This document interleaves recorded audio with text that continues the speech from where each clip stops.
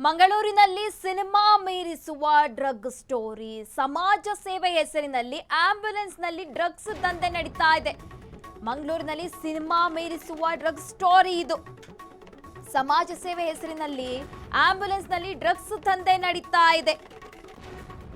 Drug supply ಮಾಡ್ತಾ ಇದ್ದ ಬೆಳ್ತಂಗಡಿ ಚಾಲಕ ಜಲೀಲ್ ಈ ಶೋಕಿಲಾಲನಿಗಾಗಿ ಶೋಧ ಕಾರ್ಯ ನಡೀತಾ ಇದೆ ಸಿಸಿಬಿ ಕಡೆಯಿಂದ. ಇತ್ತೀಚೆಗೆ ಬಾಗಲಕೋಟೆಯಲ್ಲಿ 5 ಕೋಟಿ ಮೌಲ್ಯದ ಡ್ರಗ್ಸ್ ಪಡೆಯಲಾಗಿತ್ತು.